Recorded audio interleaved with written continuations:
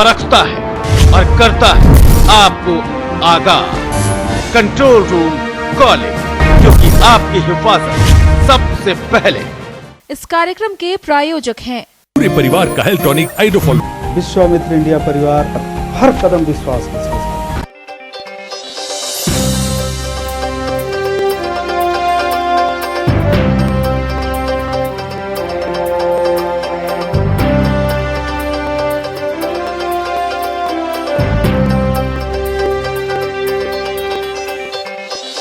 कशिश news, खबर भी असर भी। हेडलाइंस के प्रायोजक हैं Sale City, a gift to Ranchi. Kashish की नई पेशकश Manor One, where Gurgaon meets Delhi. सह प्रायोजक X Factor junior cup syrup, पूरे परिवार का हेल्थ टॉनिक हाइड्रोफॉल। क्या ढूंढ रहे हैं जनाब आप लोग? एक आसियाना है ना अपना वास्तु विहार। विश्वामित्र इंडिया परिवार हर कदम विश्वास के साथ। ऑर्थोविड तेल और कैप्सूल में उपलब्ध। Little wings school, Krishna Nagar, बूटी मोड़, रांची। ड्यूलक्स वेदरशील्ड मैक्स अपनाइए ताकि घर रहे दूर से सुंदर, करीब से सॉलिड। वित्त आयोग से झारखंड सरकार ने मांगे 1,42,000 करोड़। माइनिंग रॉयल्टी में भी हिस्सेदारी बढ़ाने की मांग। जनता दरबार में फरियादी की जमकर पिटाई, एसडीओ ने जमकर पिटाई कर भेजा जेल। झारखंड कांग्रेस कार्यकारिणी की बैठक में चुनावी रणनीतियों पर मंथन, पार्टी नेताओं को आला कमान का मिला कड़ा आदेश। पटना यूनिवर्सिटी में एआईएसएफ छात्रों का हंगामा, मंत्री पीके शाही ने का किया घेराव, बुधवार को हुए लाठीचार्ज का किया विरोध। मसौढ़ी में छेड़खानी को लेकर दो गुटों में हिंसक झड़प, गोलीबारी में दोनों पक्षों के 4 लोग जख्मी। नाव ठेका बना वैशाली के जड़ावनपुर थाना प्रभारी हत्या की वजह, एसपी ने किया खुलासा, आरोपी मुखिया का पति गिरफ्तार। धनबाद में झोपड़पट्टी हटाने के आदेश को लेकर विवाद, रेल प्रशासन और छाई गद्दा के लोग आमने सामने। और पटना में कड़ाके की ठंड से कराह उठा जनजीवन, 12 जनवरी तक स्कूलों को बंद रखने का नया निर्देश।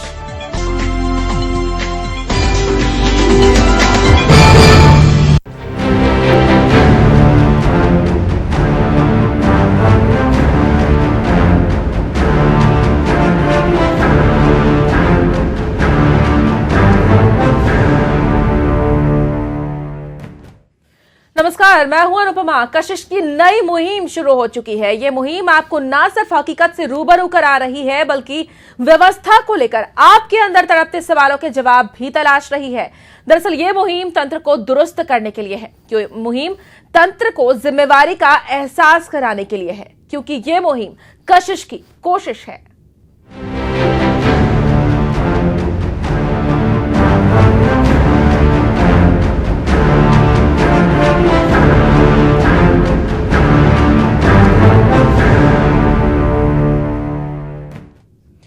बिहार की शिक्षा व्यवस्था को लेकर सवाल लगातार खड़े होते रहे हैं। हालांकि नीतीश कुमार का दावा रहा है कि उनकी सरकार की कोशिशों की वजह से स्कूलों में ड्रॉप आउट की संख्या घट गई है और बच्चों को स्कूलों में भेजने की कई योजनाएं सफल साबित हुई हैं। लेकिन क्या हकीकत में ऐसा है? क्या बिहार के स्कूलों की व्यवस्था में व्यापक सुधार हुआ है? इन सवालों का जवाब जानने के लिए राजधानी पटना के कुछ स्कूलों की स्थिति का जायजा लेना माकूल होगा। हमारे संवाददाता शैलेंद्र ने अपनी रिपोर्ट में हकीकत से वास्ता कराया है।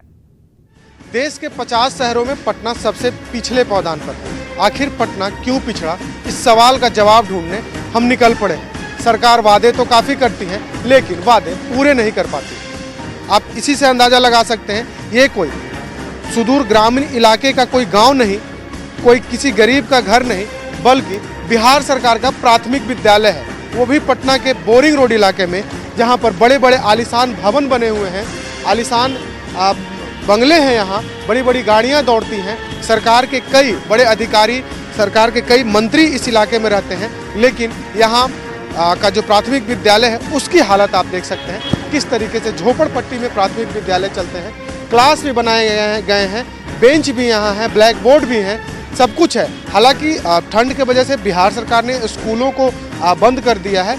लिहाजा यहाँ कोई अभी ना तो शिक्षक है और ना ही बच्चे हैं। लेकिन स्थिति यही है कि झोपड़पट्टी में लोग बच्चे को पढ़ाने के लिए मजबूर है। सरकार की तरफ से वादे कर दिए जाते हैं, लेकिन उन वादों की असलियत क्या है, वादे कितने पूरे हो पाते हैं, इस स्कूल से साफ होता है। जबकि यह स्कूल पटना के बोरिंग रोड इलाके में प्राथमिक विद्यालय है। ऐसा नहीं है कि सिर्फ यही एक स्कूल बिहार में है जो झोपड़पट्टी में चलाई जाती है। बिहार में कई ऐसे बड़े बड़े स्कूल हैं जो झोपड़पट्टी में चलते हैं, या फिर एक कमरे में स्कूल चलाए जाते हैं जिसमें कई वर्ग के बच्चे अपनी पढ़ाई पूरी करते हैं। जब आप अंदाज़ा इसी से लगा सकते हैं कि जब पटना का ये हाल है, पटना के बोरिंग रोड इलाके का ये हाल है, जब यहाँ कई वीवीआईपी लोग इस सड़क से रोज़ गुजरते हैं और यहाँ इस तरीके की झोपड़पट्टी की स्कूल हो, तो आप इसी से अंदाज़ा लगा सकते हैं कि बाकी जगहों का क्या हाल होगा। हम ये नहीं कहते कि कुछ भी सरकार की तरफ से किया ही नहीं गया है। सरकार की तरफ से कुछ किया तो जरूर गया है, लेकिन उस सरकार की जो सच्चाई है वो यहाँ साफ तौर पर दर्शाती है। ये स्कूल सरकार की मंशा को साफ करती है कि सरकार की आखिर मंशा क्या है। और हम सिर्फ एक स्कूल की बात नहीं करते हैं, इसके अलावा भी पटना में कई ऐसे स्कूलें हैं जिनका अपना भवन नहीं है, बच्चे झोपड़पट्टी में पढ़ने को मजबूर होते हैं। इसी तरीके की और भी दूसरे स्कूल में हम आपको लेकर के चलते हैं, वो भी कहीं ग्रामीण क्षेत्र में हम आपको लेकर के नहीं जाएंगे। पटना में ही इसी तरीके के दूसरे स्कूल में भी लेकर के चलते हैं जहाँ कैसे बच्चे अपनी पढ़ाई पूरी करते हैं, वो हम आपको दिखाते हैं। में झोपड़पट्टी स्कूल की हालत तो आपने देखी, अब हम आपको दिखाते हैं एक ऐसा स्कूल जिसका अपना भवन है। पहले हम कैंपस दिखाना चाहेंगे। काफ़ी बड़ा कैंपस है, कई कमरे हैं, आप देख सकते हैं, आप देखने में भी काफ़ी अच्छा लग रहा है। लेकिन इसकी सच्चाई हम आपको बताएंगे तो आप भी चौंक जाएंगे, क्योंकि यहाँ इस कैंपस में इस बिल्डिंग में एक स्कूल नहीं बल्कि 4 स्कूल चलाए जाते हैं, वो भी शिफ्ट में चलाए जाते हैं। किस तरीके से यहाँ शिक्षक बच्चों को पढ़ा पाते हैं और कौन कौन से विद्यालय यहाँ पर हैं और कैसे बच्चों की पढ़ाई शिक्षक कर पाते हैं, हम जानते हैं। सबसे पहले बताइए कि यहाँ कितने विद्यालय हैं इस कैंपस में और कैसे आप लोग पढ़ाई कर पाते हैं? यहाँ 4 विद्यालय संचालित होता है। 3 विद्यालय मॉर्निंग शिफ्ट में है और 1 विद्यालय डे शिफ्ट में, और एक रिसोर्स सेंटर है विकलांगों का, वो भी चलता है। मान के चले कि 5 संस्थान यहाँ चलता है। कैसे मैनेज कैसे करते हैं? 5 संस्थान, कमरे उतने नहीं हैं, बच्चे काफ़ी होंगे, कैसे आप लोग मैनेज करते हैं? शिक्षक भी उतनी संख्या में नहीं है। मॉर्निंग शिफ्ट में जैसे राजकीय कन्या विद्यालय अदालतगंज है, यहाँ 500 से ऊपर बच्चे हैं, तो उतना भर कमरा है हम लोगों के पास, संचालित होता है। एक झुग्गी झोपड़ी है, झुग्गी झोपड़ी गोलघर पार्क, तो वहाँ बच्चे कम हैं। और एक जेडी बालिका उच्च विद्यालय है, उसका अपना भवन है, ऐसे संचालित होता है। तो काफ़ी मुश्किलों का सामना करना पड़ता है शिक्षकों को, क्योंकि सैकड़ों बच्चे इस कैंपस में पढ़ते हैं, सैकड़ों बच्चे अपने यहाँ पढ़ाई पूरी करने आते हैं। 5-5 स्कूलें इस बिल्डिंग में चलाई जाती हैं, तो इससे अंदाज़ा लगाया जा सकता है किस तरीके से बच्चे पढ़ पाते होंगे और शिक्षकों को कितनी परेशानी हो पाती होगी। लेकिन इन सबों के बीच कोई इनकी सुनने वाला नहीं है। सरकार सिर्फ लोगों को सपने दिखा रही है कि उनके बच्चे के बेहतर भविष्य होंगे, लेकिन लोग भी अब सोचते हैं कि आखिर उनके बच्चे के भविष्य कब बनेंगे। हम शिक्षक संघ के जो कार्यकारी अध्यक्ष हैं मिथिलेश शर्मा, उनसे हम बात करते हैं, ये इनका क्या कहना है, सरकार का रवैया क्या है शिक्षकों के प्रति हम बात करें, क्योंकि शिक्षा बेहद ही जरूरी है लोगों के लिए, और जो शिक्षा मिलनी चाहिए आम लोगों को वो शिक्षा मिल नहीं रही उनके बच्चों को, और शिक्षा पहुंचाना आपका काम है। आपको कहाँ तकलीफ हो रही है? देखिए, जहाँ तक शिक्षा की बात है, सरकार शिक्षा के प्रति बिल्कुल उदासीन है। शिक्षा के प्रति कुछ स्पष्ट सोच सरकार की नहीं है, केवल प्रोग्राम बनता है, उसका इम्प्लीमेंट नहीं होता है। जैसे अभी राइट ऑफ एजुकेशन की बात करते हैं, राइट ऑफ एजुकेशन में सभी बच्चों को शिक्षा की घोषणा की गई है, लेकिन शिक्षा किसके माध्यम से?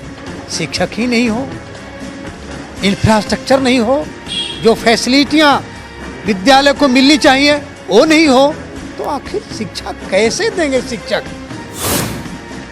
एक तरफ एक ही विद्यालय में 40,000 पाने वाले शिक्षक हैं, दूसरे तरफ आप 8,000 9,000 वेतन दे रहे हैं। जितना पुरानी इकाइयां हैं शिक्षकों की, जो वर्ष 88 तक ही मिली थी, उसके बाद किसी सरकार ने एक भी पद सृजित नहीं किया, उन पदों को भी विलोपित किया जा रहा है। खास करके जब प्राथमिक विद्यालयों की बात ली जाए तो 2 तरह की बहुत भारी तकलीफें यहाँ पर हैं। पहला है, मध्याह्न भोजन में शिक्षकों को लिपटा करके रख दिया गया है। शिक्षकों में मध्याह्न भोजन जो कैलोरी युक्त हो वह बच्चों को मिलना चाहिए। और उसमें शिक्षक एकदम डरे हुए हैं कि भले न छिपकली गिर जाए, कुछ घटना घट जाए, कुछ बात हो जाए। दूसरी बात है, शिक्षकों को लगा दिया गया भवन निर्माण में, उनके पास टेक्निकल भवन निर्माण की कोई जानकारी नहीं है, लेकिन फिर भी मजबूरी है कि उनको भवन बनाना है। तो शिक्षक संघ के अध्यक्ष हैं, इनकी बातें आपने सुनी, इनकी अलग मांग है सरकार की नीतियों के खिलाफ, ये भी काफ़ी आक्रोशित है। लेकिन जो सुविधाएं हैं, जिस तरीके से स्कूलों में पढ़ाई हो रही है, उनसे सबसे ज़्यादा परेशानी किसी को हो रही है तो उन नौनिहालों को हो रही है जो हमारे देश के भविष्य हैं। कैमरा पर्सन डब्लू के साथ शैलेंद्र साहिल, कशिश न्यूज़, पटना।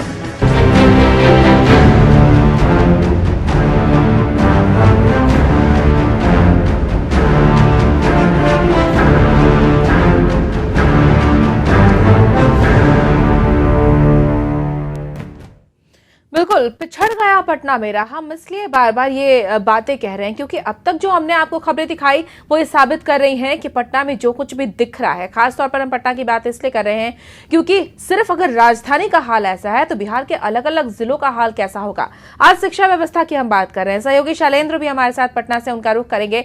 शैलेंद्र, जो तस्वीरें आपने बयां की है, जो कुछ हमने देखा और समझा, उसके हिसाब से ये तो स्पष्ट है, चाहे हम प्राथमिक विद्यालय की बात करें, मध्य विद्यालय की बात करें, उच्च शिक्षा की बात करें, हर क्षेत्र में हाल वही है।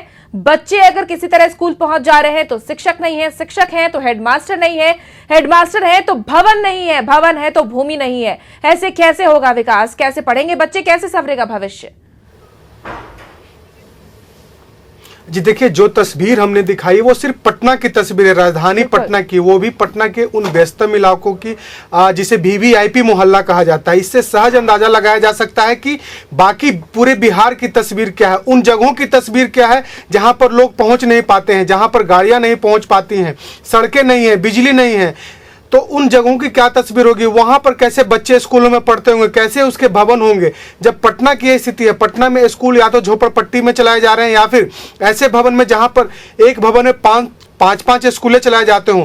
खासतौर पर यदि हम बात करें बिहार की, तो बिहार में लगभग अभी भी शिक्षकों का जो पद है सरकारी स्कूलों में वो लगभग 6 लाख के करीब है और मात्र उसमें 2.5 लाख ही शिक्षक हैं। उधर यदि हम बात करते हैं बुनियादी सुविधाओं की तो लगभग 1500 से 2000 से ऐसे भवन हैं, ऐसे जो स्कूल हैं जिनके पास अपना भवन नाम का कोई चीज ही नहीं है। या तो वो सड़कों पर बच्चों को पढ़ाया जाता है वहाँ, का जिक्र करें तो उसे देखकर ही ये सोचने पर हम मजबूर हो जाते हैं कि अगर बुनियादी सुविधाएं नहीं है तो हम अपर लेवल के विकास की बात कैसे करेंगे।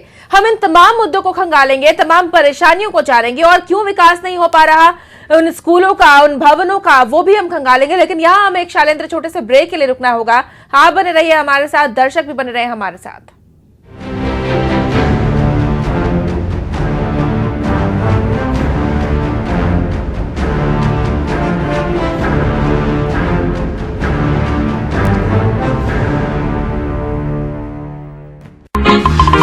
या जोड़ों का दर्द या मोच कहीं आ जाए, सारे दर्द की एक दवा है, क्यों ना आजमाए ऑर्थोविट लगाए। ऑर्थोविट तेल और कैप।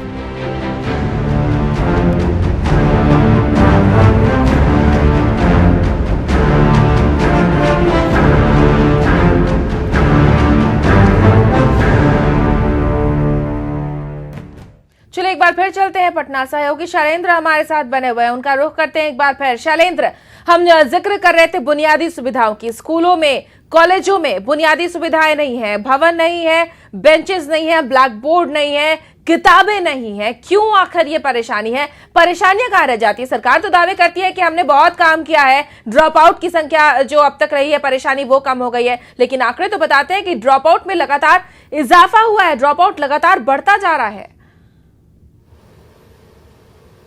देखिए, सबसे बड़ी बात है मंशा की, सरकार की मंशा साफ होनी चाहिए इस पूरे मामले पर, क्योंकि शिक्षा एक बुनियादी सुविधा है जो हर लोगों को मिलनी चाहिए। सरकार दावा करती है कि वो हर बच्चों तक, हर लोगों के, हर लोगों तक शिक्षा पहुंचाने का वो काम करेगी। लेकिन जिस तरीके से जो व्यवस्थाएं हैं, व्यवस्थाएं सरकार के दावों की पोल खोलती नजर आ रही हैं। खास तौर पर यदि हम बात करें शिक्षकों की, तो शिक्षक पिछले कई दिनों में आपने भी देखा होगा किस तरीके से शिक्षक अपनी मांगों को लेकर आंदोलन कर रहे हैं। सरकार क्या शिक्षकों की बात नहीं सुनती? सबसे बड़ी बात है कि यदि शिक्षक खुश नहीं होंगे तो बच्चे को पढ़ाएंगे कैसे? जब तक कि उन्हें बुनियादी सुविधाएं नहीं मिलेंगी, बच्चे स्कूल पहुंचेंगे कैसे? भवन नहीं रहेगा तो बच्चे बैठेंगे कहाँ? जिस झोपड़पट्टी स्कूल को हमने दिखाया, वहां आप सहज अंदाजा लगा सकते हैं किस तरीके से इस भीषण ठंड में भी बच्चे वहां पढ़ते होंगे। जब सड़क के किनारे एक झोपड़पट्टी में जब खुला एक स्कूल हो तो कितनी मुसीबतों का बच्चों को सामना करना पड़ता होगा। बारिश के मौसम में बच्चे कैसे वहां पढ़ाई पूरी करते होंगे। तो सरकार को सबसे पहले चाहिए कि जो भवन की जो बात करती है सरकार, जो बुनियादी सुविधाओं की जो बात करती है वो पहुंचाए।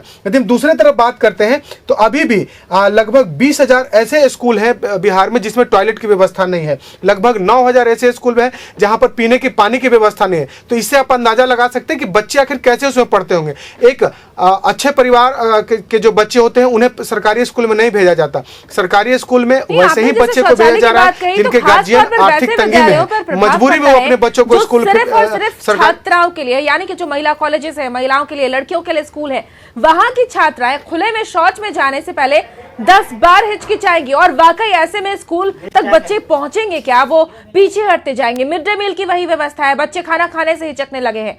ये व्यवस्था इसलिए की गई थी कि कम से कम खाने के नाम पर ही बच्चे स्कूल आए और उन्हें पढ़ने का मौका मिलेगा। तो तमाम परेशानियां जो हैं वो कहीं ना कहीं उसी तरह से बरकरार है। शैलेंद्र, आप बने रहे हमारे साथ, हम आपके पास लौटेंगे, लेकिन कुछ ऐसी चीजों के बारे में हम जिक्र करेंगे जो होश उड़ाने तक को काफी रहेंगी, क्योंकि अब तक जो दावे किए जाते रहे हैं वो वाकई सवालों के घेरे में है कि ऐसे दावे किस बिना पर किए गए, किस लेवल पर किए गए, किस ग्राउंड पर किए गए, जबकि सच्चाई इसके ठीक उलट है। हमारे साथ दर्शक भी जुड़ रहे हैं, हमारे फोन लाइन खुले हुए हैं। आपकी टीवी स्क्रीन पर हमारे फोन लाइन नंबर्स फ्लैश हो रहे हैं, आप उस पर फोन कर सकते हैं। कार्तिकेय हमारे साथ जुड़े हुए हैं। कार्तिकेय, स्वागत है आपका, क्या है आपकी प्रतिक्रिया? हमारे तमाम कॉलर से गुजारिश है कि आप अपने टीवी सेट की वॉल्यूम कम कर दें और उसके बाद हमसे बात करें, आपकी आवाज हम तक स्पष्ट तरीके से पहुंचेगी। कार्तिकेय, आपसे भी गुजारिश है कि टीवी सेट का वॉल्यूम कम कर दें और फिर अपनी बातें कहें। हेलो जी, बताइए। हेलो जी कार्तिकेय जी, आपकी आवाज हम तक पहुंच रही है, बताइए अपनी बात। ये मेरा मैडम, ये जो आप लोग शिक्षा के बारे में बता रहे हैं, स्कूल के बारे में बता रहे हैं, ये जो है आपका, मैंने ये जो भी जितना भी ये दावा कर रहे हैं ये लोग बैठ करके, सब गलत है। जो जितना दावा करते हैं सब ढोंगी है, ये सब भंग कर रहे हैं, समझिए। आगे स्टूडेंट के लाइफ के साथ चल रहे हैं ये लोग। जो स्कूल में जो स्थिति आज के डेट में स्कूल की जो स्थिति है, खाना नहीं दीजिए तो खाना में से तरह का मैंने ऊपर से नीचे का स्तर से ऊपर दिखा हुआ है। सब पैसा खा रहा है, पैसा खा करके लोग भ्रष्ट बना दिया हर चीज को, खाली दावा दिखाने के लिए है और बाकी कोई चीजें सही नहीं है। इन लोगों का जो भी कानून है, जो भी ये लोग कर रहे हैं सब बेकार कर रहे हैं और आज तक जो भी किए हैं सब कहीं न कहीं त्रुटि है। बिल्कुल यही बात है, यही प्रश्न है और इसी मुद्दे को हमने इसलिए उठाया है क्योंकि ये कशिश की कोशिश ही है कि तंत्र में अब तक जो खामियां रही हैं उसे सुधारा जाए। शुक्रिया आपका कार्तिकेय हमसे जुड़ने के लिए। तो तमाम सवालों के बीच दर्शक भी हमारे साथ जुड़े हैं और दर्शकों ने भी जो बातें कही हैं वो सोचने वाली बात है। पैसे ऐंठने का केवल और केवल काम किया जा रहा है, पढ़ाई पर ध्यान नहीं है, बच्चों का भविष्य सुधारने पर ध्यान नहीं है। एक और दर्शक हमारे साथ है, सनोज, स्वागत है आपका, रखिए अपनी प्रतिक्रिया। जी नमस्कार मैडम, जो आपने जो अफसर की जो पटना राजधानी के जो दिखा रहे हैं जी, तो जहाँ पर मुख्यमंत्री भी है, शिक्षा प्रधान है, डीएम, सारे आला अधिकारी पटना में रहते हैं जी। और जिस तरह से आज वर्षों से जो सरकार जो लाख दावा करे कि मैं बिहार में विकास की जैसे की धारा बहा दिया हूँ, गंगा बहा दिया हूँ, गंगोत्री बहा दिया हूँ, इन गंगोत्री भ्रष्टाचार की तो जरूर चल रही है, लेकिन एक भी जिसकी बुनियादी सुविधा जो है शिक्षा के माध्यम मतलब कि नहीं हुआ है, न बच्चे के पढ़ाई हो रहा है ढंग से, न शिक्षक है। शिक्षक अगर है भी तो वो मतलब कि ना एबीसीडी मालूम है, ना से शुरू मालूम है। इस राज्य में नीतीश बाबू का राज्य में शिक्षा का स्तर इतना नीचे गिरा है और इतने जिसके पीछे चला गया है कि आगामी 20 वर्षों तक भी जिसकी भरपाई नहीं की जा सकती है। चलिए यही बहुत बड़ी विडंबना है जिसे सुधारने की जरूरत है। बीते 8 साल में सरकार ने क्या किया? सरकार ये दावे करती रही कि परेशानियां कम हो रही हैं, बच्चों के भविष्य को संवारने पर जोर दिया जा रहा है, लेकिन ये हुआ नहीं। शुक्रिया आपका हमसे जुड़ने के लिए। और अब सीधे आपको लिए चलते हैं पटना, और जहां से हमारे साथ एक और गेस्ट जुड़ गए हैं। डॉक्टर नवल किशोर चौधरी शिक्षाविद हैं। नवल जी, बहुत बहुत स्वागत है आपका। धन्यवाद। नवल जी, जो तस्वीरें पटना की सिर्फ दिख रही है, राजधानी की हम खास तौर पर बात कर रहे हैं, क्योंकि पूरे बिहार की अगर हम बात करें तो शायद हमारे पास वक्त कम पड़ जाएगा। परेशानियां इतनी ज्यादा हैं। राजधानी है, सभी मंत्री वहां होते हैं, सभी मुख्यमंत्री वहां होते हैं जो लगातार ये दावे कर रहे हैं कि शिक्षा का स्तर सुधरा है, लेकिन क्या आपके हिसाब से शिक्षा का स्तर सुधरा है?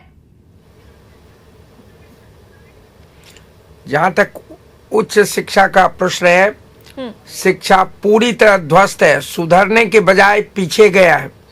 आप कुछ आंकड़े लेना चाहेंगी? जी बिल्कुल। 50% से अधिक पद कॉलेज एवं विश्वविद्यालय विभागों में रिक्त हैं।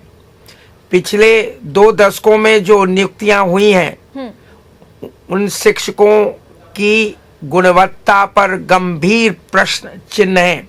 बिल्कुल। आप जानते हैं कि 1996 में जी जो नियुक्तियां हुई पूरे बिहार में, उन नियुक्तियों पर प्रश्न उठे। हम जानते हैं कि उस समय जो विश्वविद्यालय चयन आयोग के अध्यक्ष थे वहाब अशरफी साहब, वो जेल गए। हमको यह भी मालूम है कि 2003 में जो नियुक्तियां हुई, उस वक्त जो लोग थे चयन आयोग में, उनमें से कई जेल गए। बिल्कुल, जेल गए, कई आंदोलन हुए, कई तरह के सवाल उठे, लेकिन अब तक उस पर किसी ने भी पहल नहीं किया। हर बार दावे किए जाते रहे, लेकिन दावों में कितना दम था वो दिख भी रहा है। हमारे साथ कॉलर जुड़े हुए हैं, पूर्णिया से राहुल और दानापुर से संजय। हम आप दोनों के पास लौटेंगे, लेकिन यहाँ एक छोटे से ब्रेक का वक्त हो रहा है। आप बने रहिए हमारे साथ।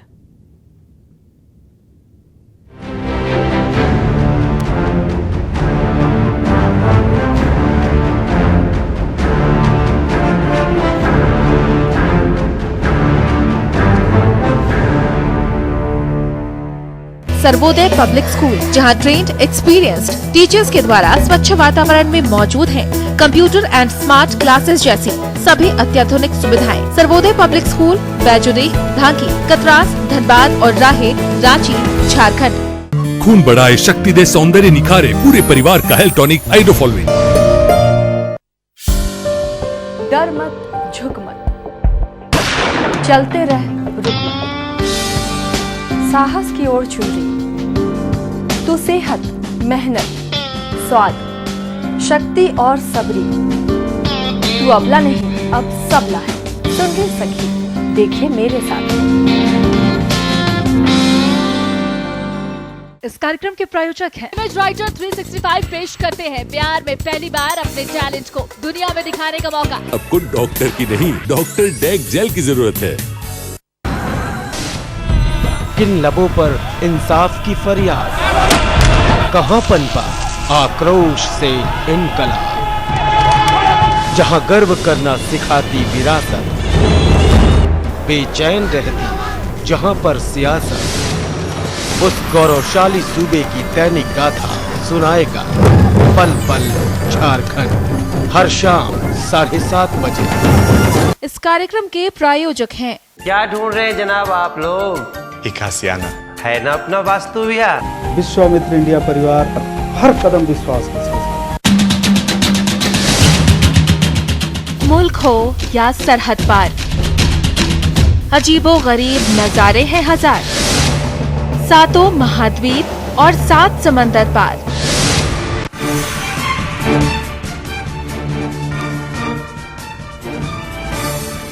गया से अभी खबर मिल रही है, न्योतापुर इलाके में एक सरकारी विद्यालय में अफरा तफरी मच गई है। स्कूल की शिक्षिका के पति ने हवाई फायरिंग कर दी है। छात्रवृत्ति राशि को लेकर छात्र हंगामा कर रहे थे और उसी वक्त शिक्षिका के पति ने गोली चला दी है। सहयोगी प्रदीप फोन लाइन पर हैं। प्रदीप, क्यों ऐसी अफरा तफरी और क्यों आखिर शिक्षिका के पति ने फायरिंग की? और जी देखिए रुकमा, ये घटना इमामगंज थाना क्षेत्र के न्योतापुर मध्य विद्यालय की है, जहां पर छात्रवृत्ति की राशि न मिलने से जो छात्र है वो काफी आक्रोशित थे और वहाँ पर हंगामा कर रहे थे। इसी दौरान एक शिक्षिका जो वहाँ पढ़ाती उनके पति वहाँ पर पहुंचे और उन्होंने छात्रों को शांत कराने का प्रयास किया, लेकिन छात्र जो है वो काफी ज्यादा हो गए थे। इसी को लेकर उन्होंने हवाई फायरिंग कर दी, जिसके बाद से मामला और बढ़ गया। कई छात्रों के जो अभिभावक है वे वहाँ पर जमा हो गए और इसका पुलिस को इसकी सूचना दी गई। पुलिस घटनास्थल पर पहुंच चुकी है और मामले की छानबीन कर रही है। फिलहाल जो जिस व्यक्ति ने फायर की थी, जो शिक्षिका के पति है, वो घटनास्थल से फरार हो चुके हैं। जी प्रदीप, ये कौन सा तरीका है? छात्रों को शांत कराने की कोशिश में फायरिंग कर दी गई। अगर हंगामा ज्यादा कर रहे थे तो पुलिस को जानकारी दी जा सकती थी, टीम वहां पर पहुंचती पुलिस की, वो लोगों को शांत कराती, अभिभावकों को, छात्रों को शांत कराती। बिल्कुल आपने सही कहा कि ये कार्य पुलिस का है कि अगर कहीं हंगामा होता है तो उसे शांत कराने के लिए पुलिस को ही वहाँ पर जाना चाहिए। लेकिन ये जो शिक्षिका के पति है वे काफी ज्यादा दबंग माने जाते हैं। उन्होंने अपने स्तर से इस तरह का कार्य किया। हालांकि अगर किसी बच्चे को गोली लगी थी तो बात और भी ज्यादा हो सकती थी। ये कहीं से भी सुननी नहीं है कि शिक्षिका के पति किसी स्कूल में जाकर गोली चलाए और यही वजह है कि अब बिल्कुल शिक्षा का मंदिर कहते हैं हम स्कूल को, और वहाँ पर ऐसी घटना सवालों को जन्म देती है। दबंग प्रवृत्ति का इंसान है वो आखिर स्कूल में क्या कर रहा था? क्योंकि सवाल तो यहाँ पर ये है कि शिक्षिका, छात्रवृत्ति की राशि और स्कूल, और वहाँ पर शिक्षिका के पति का कोई काम नहीं था, वो वहाँ क्यों और कैसे पहुँचा? बिल्कुल देखिए, जब इस बात की जानकारी हुई कि वहाँ पर हंगामा हो रहा है और इसमें कई अभिभावक भी यहाँ पहुंचे और इसकी जानकारी होने पर शिक्षिका के जो पति है वो भी वहाँ पहुंचे और उन्होंने अपनी दमदारी दिखाने के लिए युग है कि अपना वहाँ पर बच्चों को दिखाने के लिए उन्होंने फायरिंग कर दी। आखिरी सवाल का जवाब चाहेंगे, पुलिस कहाँ पर है, संक्षिप्त में बताएं। जी देखिए, पुलिस वहाँ पर पहुंच चुकी है और जो अभिभावक है वो उस शिक्षिका के चलिए, अभिभावक हंगामा कर रहे हैं, पुलिस पहुंच चुकी है, जांच होगी, स्पष्ट होगा, अगर दोषी है कोई तो कार्रवाई होगी। शुक्रिया आपका इन तमाम जानकारियों के लिए।